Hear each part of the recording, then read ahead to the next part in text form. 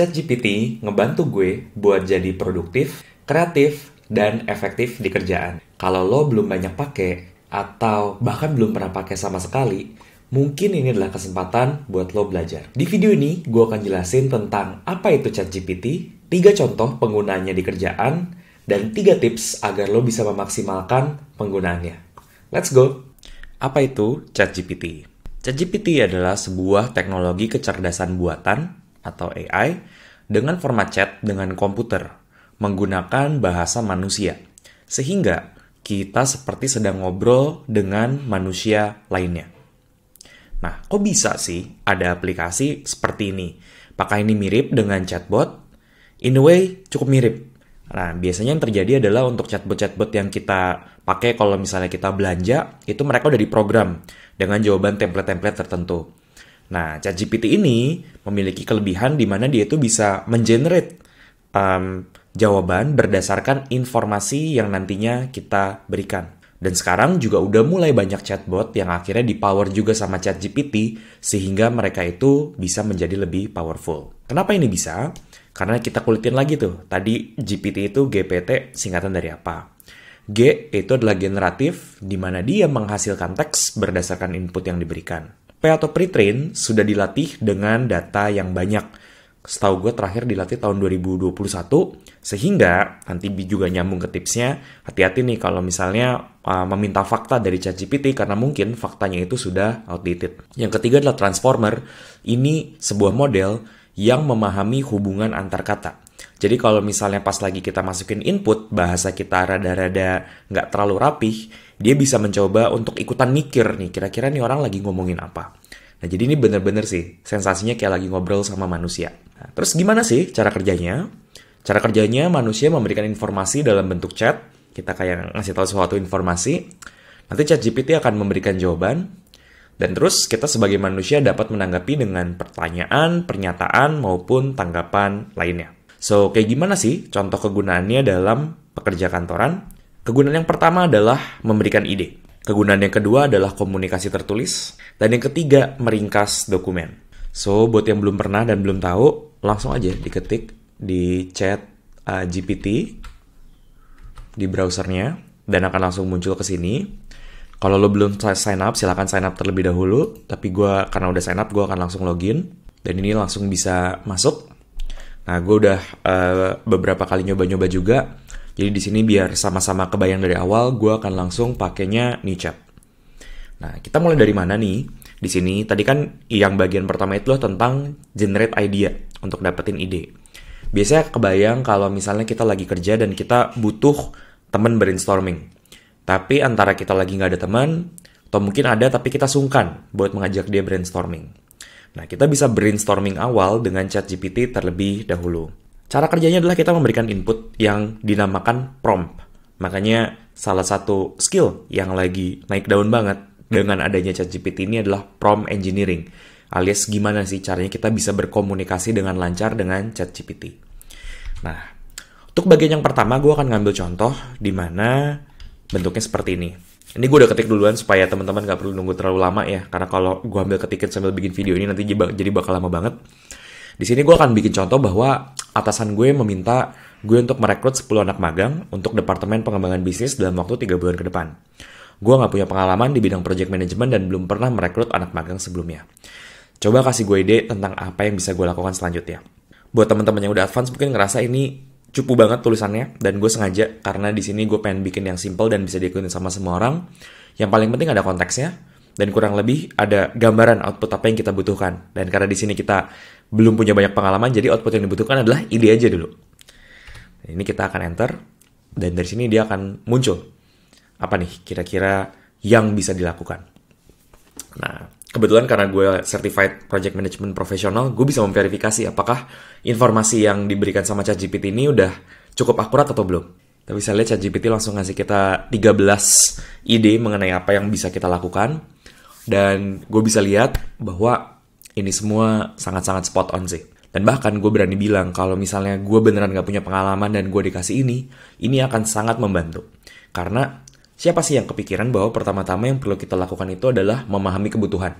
dengan kita berbicara sama atasan atau anggota tim. Kadang-kadang ketika kita dapat project yang langsung kita lakukan adalah kita langsung eksekusi, kita langsung kontak banyak orang, dan kita langsung eksekusi aja. Tapi di sini kita diajak untuk memahami kebutuhan. Jadi dari ide yang diberikan sama ChatGPT ini, kita jadi kepikiran hal yang mungkin kita tidak kepikiran sebelumnya. Atau yang lain juga, mungkin buat lo yang udah tahu bahwa, oh emang yang namanya bikin project itu kayak nomor 2, kita harus bikin rencana project. Lo jadi makin tervalidasi bahwa ternyata memang itu yang perlu dilakukan dan sesuai dengan rekomendasi dari ChatGPT.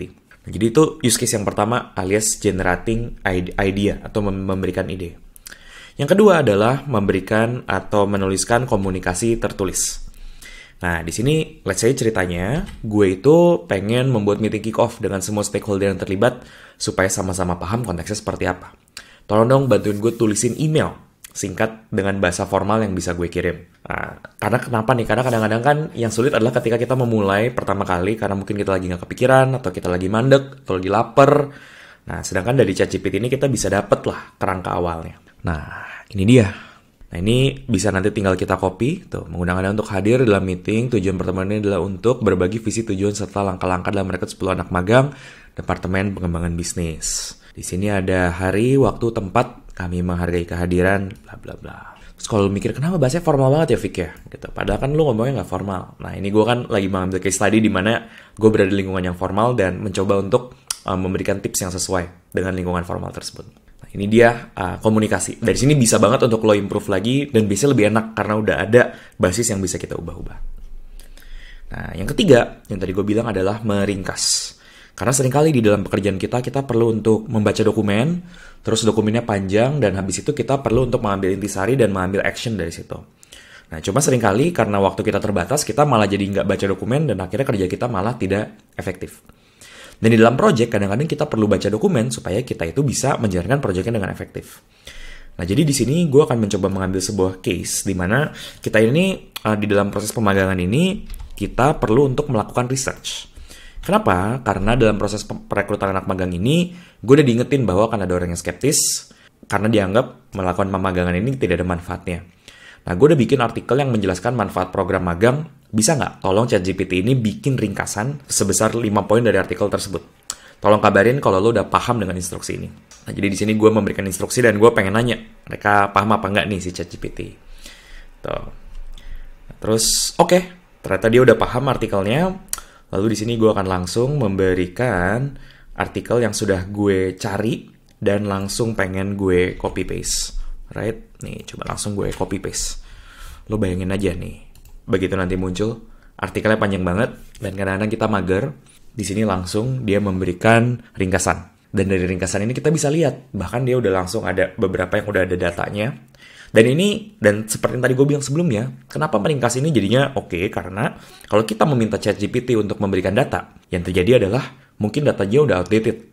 Tapi karena di sini gue ngambil langsung dari artikel yang datanya udah gue pilih, gue jadi lebih confident dia nggak akan membawa data yang aneh-aneh atau yang outdated. Nah, jadi inilah 3 kegunaan ChatGPT yang menurut gue sangat berguna dan membuat kita lebih produktif di pekerjaan kita. Karena kebanyakan dari kita lembur, banyak kerjaan, dan hopefully ini bisa memudahkan. Nah, tapi telan mentah-mentah dari ChatGPT aja nggak akan berdampak bagus.